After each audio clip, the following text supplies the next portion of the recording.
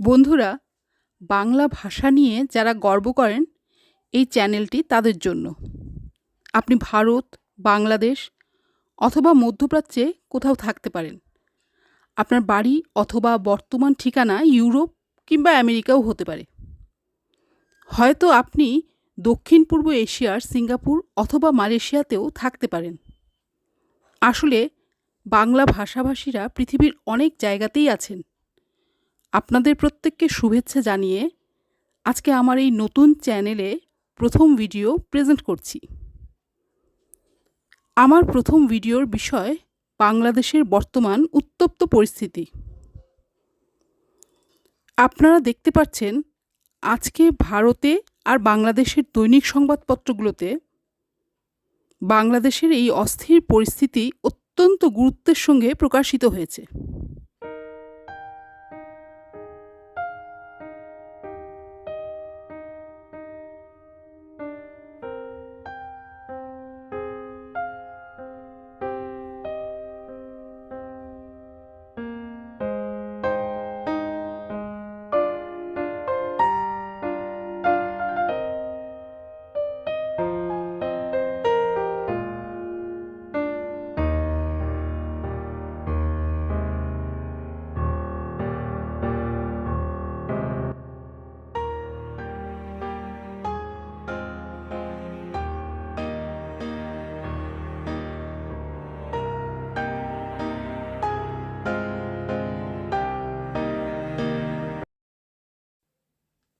অনেকে বলেছেন যে বর্তমান সমস্যার প্রধান সূত্রপাত হয়েছে প্রধানমন্ত্রী শেখ হাসিনার একটি উত্তর ঘিরে।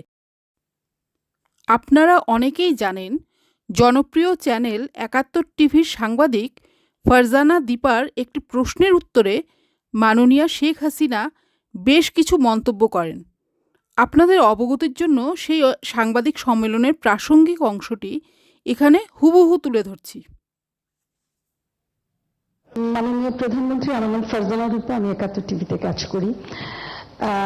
নতুন প্রেস সেক্রেটারি বলেছেন ইন্টেলিজেন্ট প্রশ্ন করতে আর চীন বিষয়ক প্রশ্ন করতে, কিন্তু একটা বোকা প্রশ্ন আর বাংলাদেশ নিয়ে প্রশ্ন করতে চাই। একটা রাষ্ট্র পরিচালনায় কি ধরনের কাজ হয় সে সম্পর্কে তাদের কোনো ধারণা আছে? সে ধারণা তো আমরা দেখি না। আচ্ছা, যখন আদালতে চলে গেল, তা আদালতে সেটা সমাধান, এবং আদালত তাদের সুযোগ দিয়েছে, বলছে আপনারা আসেন আর্গুমেন্ট করেন, বলেন, তা আদালতে যাক, বলুক না, তারা রাজপথেই সমাধান করবে। আর আমাকে বলছে, আমি সত্যি কথা বলতে কি, আদালত যখন কথা বলেছে, আদালতে যখন চলে গেছে, তার যখন রায় হয়েছে, তো সেই রায়ের বিরুদ্ধে এখন এই মুহূর্তে আমার তো জানানোর কোনো অধিকার নাই। এটা আমার সংবিধানও বলে না, আমার পার্লামেন্টও বলে না, কার্যপ্রণালী বিধিও বলে না, কিছুই না। যতক্ষণ পর্যন্ত আদালত থেকে সমাধান না আসবে ততক্ষণ আমাদের এখানে কোনো কিছু করার থাকে না। এটা বাস্তবতা, এই বাস্তবতা তাদের মানতে হবে। আর যদি না মানে কিছু করার নাই, রাজপথে আন্দোলন করতেই থাকবে, তবে কোনো ধ্বংসাত্মক কাজ করতে পারবে না।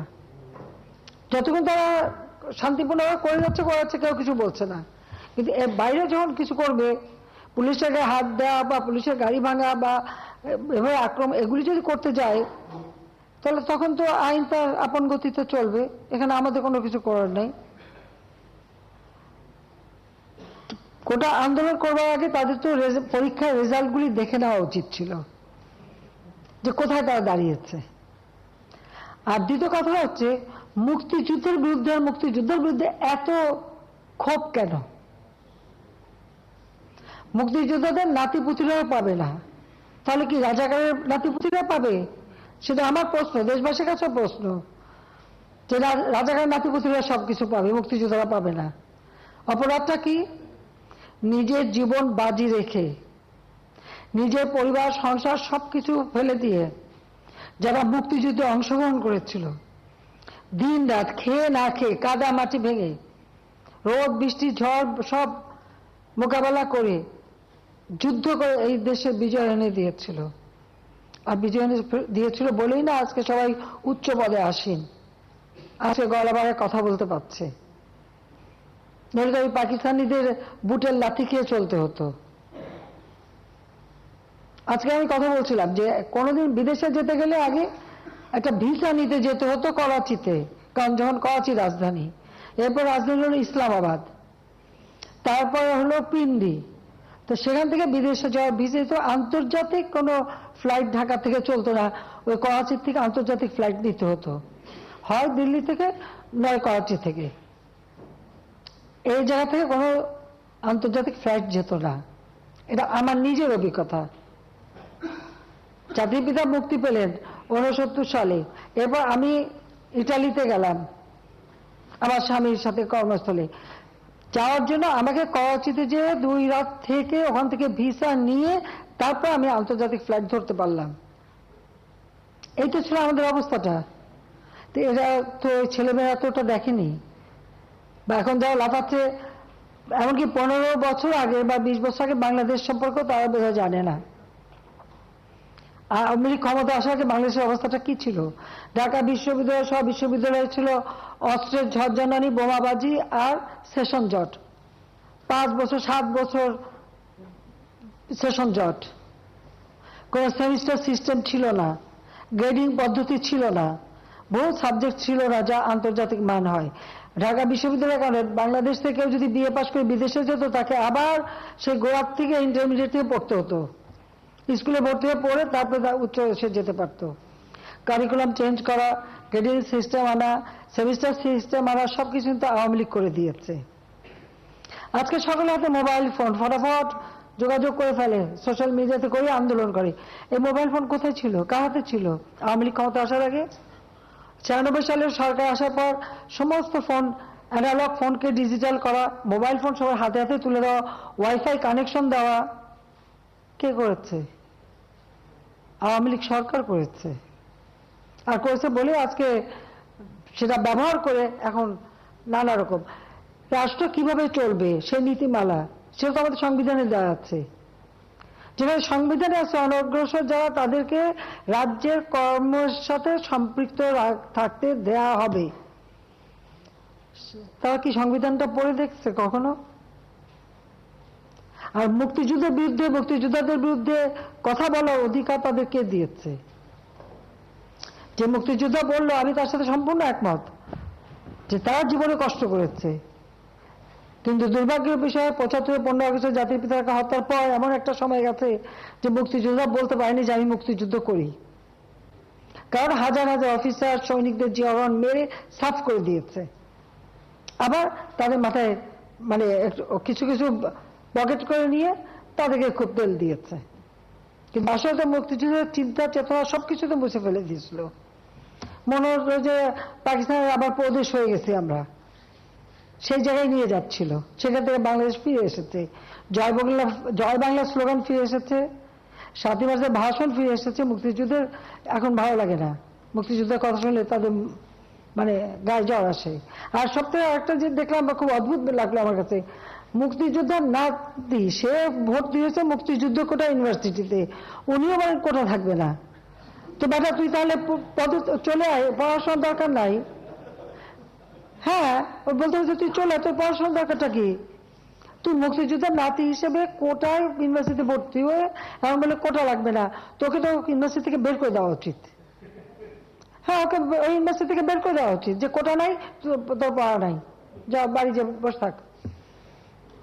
যদি লজ্জা থাকতো তাহলে আগে ইউনিভার্সিটির থেকে পড়াশোনা বন্ধ করে দিয়ে এসে তারপর বলুক যে কোটা লাগবে না। এটা বিচিত্র এই দেশ, আসলে আমার দেশটা বিচিত্র একটা দেশ, বিচিত্র মানসিকতা। 6 ঋতুর দেশ তো, ঋতুও বদলায়, মনও বদলায়, আমার কিছু করার নাই। আপনারা পরিষ্কার দেখলেন বাংলাদেশের প্রধানমন্ত্রী ছাত্রছাত্রীদের পক্ষেই কথা বলেছেন। উনি স্বাভাবিকভাবেই প্রশ্ন করেছেন যে মুক্তিযোদ্ধাদের বংশধরদের কোটার সুবিধা না দিয়ে রাজাকারদের নাতিদের কোটার সুবিধা দেওয়া উচিত। কিন্তু ওনার এই বক্তব্যকে সম্পূর্ণ বিকৃত করে স্বার্থান্বেষী মহল বাংলাদেশে অরাজকতা সৃষ্টি করতে চাইছে। এবার দেখুন বাংলাদেশের জনপ্রিয় এটিএল বাংলা চ্যানেলে একটি সুন্দর আলোচনা। রাজাকার মানে 71-এ যারা মুক্তিযুদ্ধের বিরোধিতা করেছে শুধু তারাই নয়, রাজাকার একটি কনসেপ্ট, কনসেপ্ট হলো যারা পাকিস্তানে বিশ্বাস করে, বাংলাদেশ স্বাধীন হওয়ায় যাদের বুকে রক্তক্ষরণ ঘটেছিল তারা, যারা এখনও বাংলাদেশকে বিশ্বাস করে না, যাদের আনুগত্য এখনও পাকিস্তানের দিকে বা তালেবানের দিকে, এবং এই এনায়েতুল্লাহ আব্বাসী বলেন, চরমোনাই পীর বলেন, তারা সেই অর্থে সবাই রাজাকার, এবং এই ব্যাপারে আমার বিন্দুমাত্র দ্বিধা নেই তাদেরকে রাজাকার বলতে, তারা যেদিনই জন্মগ্রহণ করে থাকুক না কেন।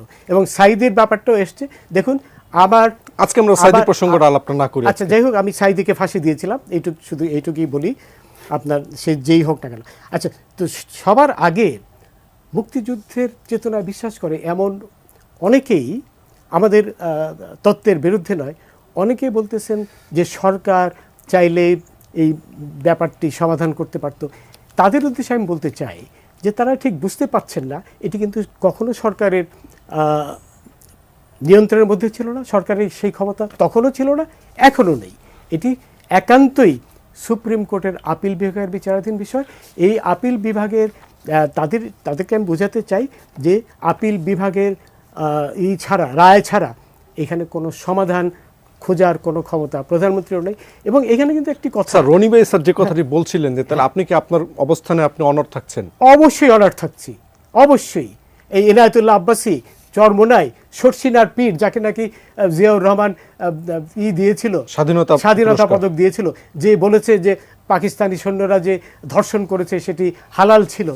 তো এদের কথাবার্তা থেকে পরিষ্কার না যে তাদের আনুগত্য পাকিস্তানের দিকে।